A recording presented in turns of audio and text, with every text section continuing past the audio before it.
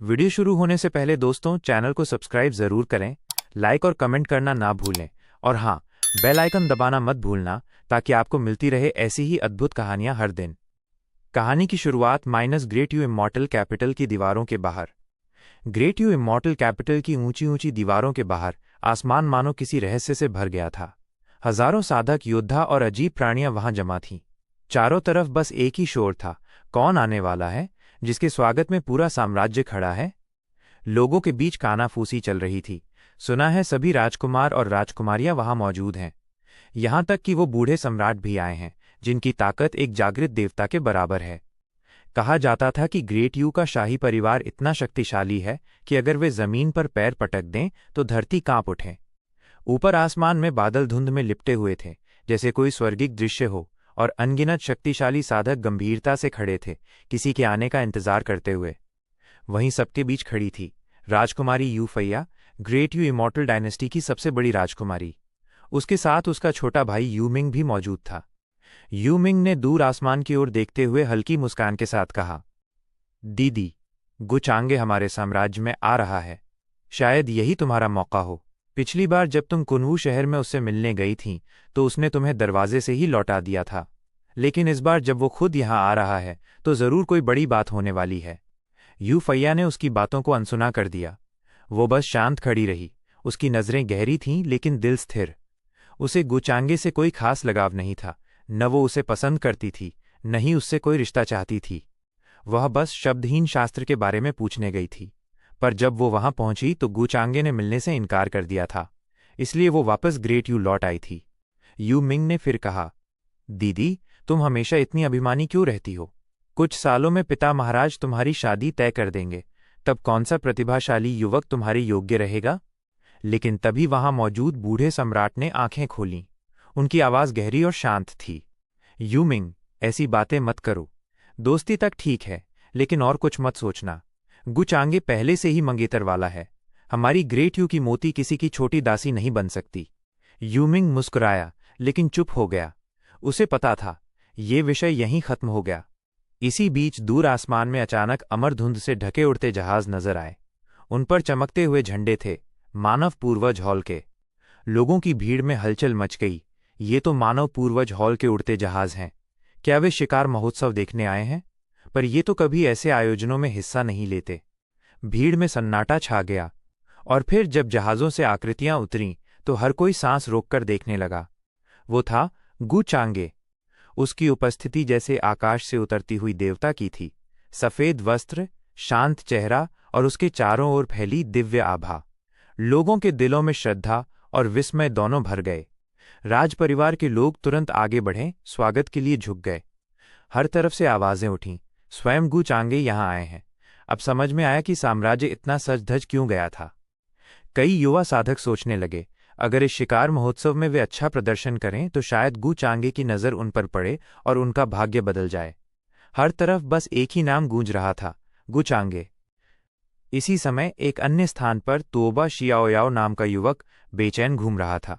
वो जनरल का तीसरा बेटा था। उसके चेहरे पर चिंता साफ दिख रही थी। ये कैसे संभव है? इस समय तो गुचांगे को यहां नहीं आना चाहिए था। उसे याद था, पिछले जीवन की स्मृतियों में इस समय ग्रेट यू में एब्सोल्यूट हेवनली इंपीरियल कोर्ट का एक राजकुमार शादी का प्रस्ताव लेकर आने वाला था, ना कि गुचांगे। लेकिन अब सब कुछ बदल गया था। गुचांगे का अचानक आगमन उसके दिल में बेचैनी भर गया।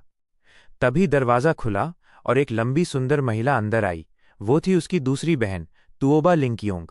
उसने कहा, तीसरे भाई, सम्राट यू ने सब मंत्रियों को बुलाया है और सबको अपने परिवार के साथ आना है। चलो, रथ बाहर तैयार है। श्याओयाओ ने सिर झुका लिया। वो नहीं जाना चाहता था, लेकिन इनकार करना राज्य और अपने पिता दोनों के लिए अपमान होता। मैं जानती हूं तुम्हें ऐसे अवसर पसंद नहीं, पर आज बात अलग है। इस बार जो आया है वो खुद गुचांगे है। वो चुपचाप तैयार होने लगा। मन में बस एक ही डर था कि कहीं गुचांगे पहचान न ले कि स्वर्गीय तलवार उसके पास है। कुछ समय बाद आसमान में दिव्य प्रकाश फैला। बादल जैसे उनके पैरों के नीचे झुक गए। वहीं बूढ़े सम्राट यू मुस्कुराते हुए बोले, यंग मास्टर चांगे, आपका यहां आना हमारे लिए सौभाग्य है। गुचांगे ने हल्की मुस्कान के साथ उत्तर दिया, वरिष्ठ, आप बढ़ा चढ़ाकर कह रहे हैं। मैं यहाँ एब्सोल्यूट हेवनली एक्सटिंक्शन की जांच करने आया हूँ। ये आपदा पूरे संसार के लिए खतरा है, ऐसे में मैं चुप कैसे रह सकता हूँ। उसकी बात सुनकर सम्राट यू ने सिर हिलाया। आप सच कह रहे हैं।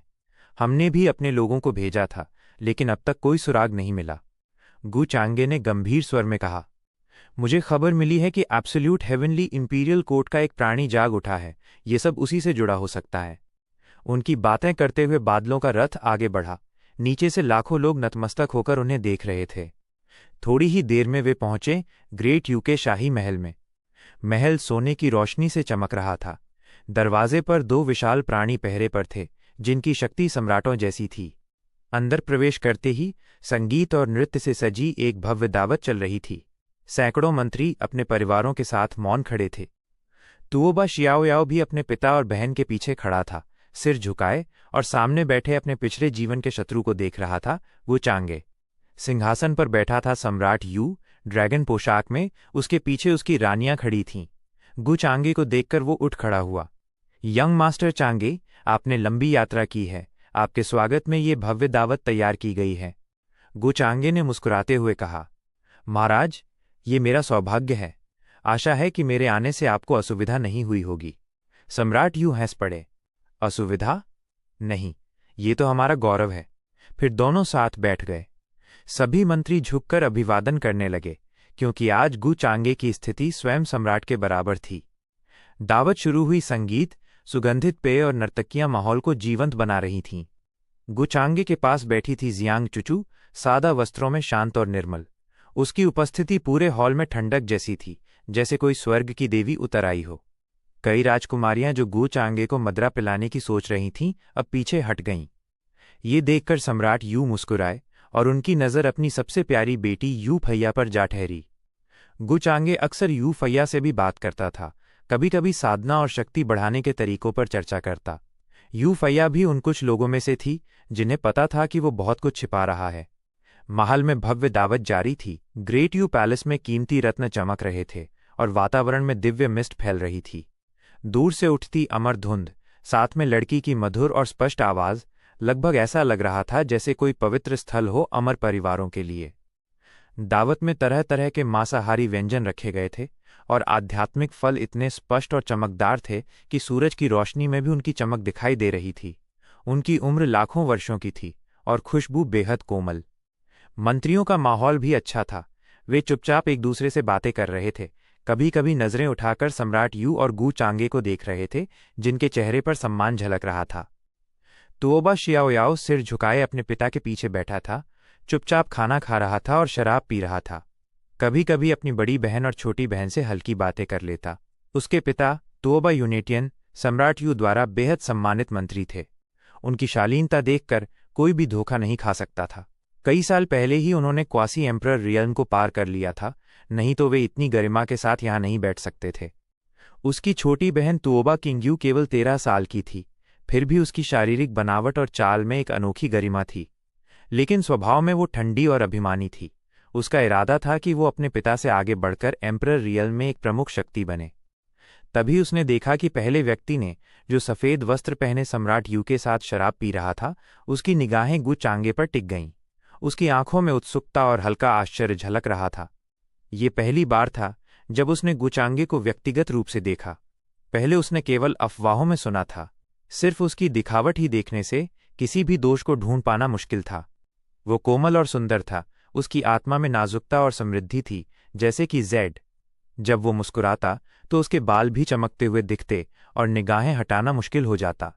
लेकिन वो ऐसा व्यक्ति नहीं था जो केवल बाहरी रूप से किसी का मूल्यांकन करे। किंग्यू बस ये जानने के लिए उत्सुक थी कि इतनी कम उम्र में गु चांगे ने ये उपलब्धि कैसे हासिल की। सिर्फ प्रतिभा की बात ही इतनी बड़ी थी कि उसे समझाना मुश्किल था। सबसे ज्यादा अफवाह जो उसने सुनी थी वो ये थी कि गु चांगे असल में किसी प्राचीन सर्वोच्च प्राणी का पुनर्जन्म है। कहा जाता था कि केवल पूर्वज के डाओ फ्रूट को प्राप्त कर कोई भी व्यक्ति सबसे कम समय में शीर्ष पर पहुंच सकता है। इसी कारण बाहरी दुनिया में कई साधक मानते थे कि गु चांगे मानव पूर्वज का ही पुनर्जन्म है। अगर आपको ये कहानी पसंद आई हो तो वीडियो को लाइक करें, दोस्तों के साथ शेयर करें और चैनल को सब्सक्राइब करना न भूलें। बेल आइकन जरूर दबाएं ताकि आपको और भी दिलचस्प कहानियां मिलती रहें।